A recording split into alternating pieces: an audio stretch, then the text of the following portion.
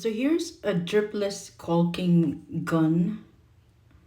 I'm gonna show you a quick way to release the lever once you're done using it and you want to replace it. So if this is your first time using it and you are having a hard time releasing that lever so you can replace the caulk, right?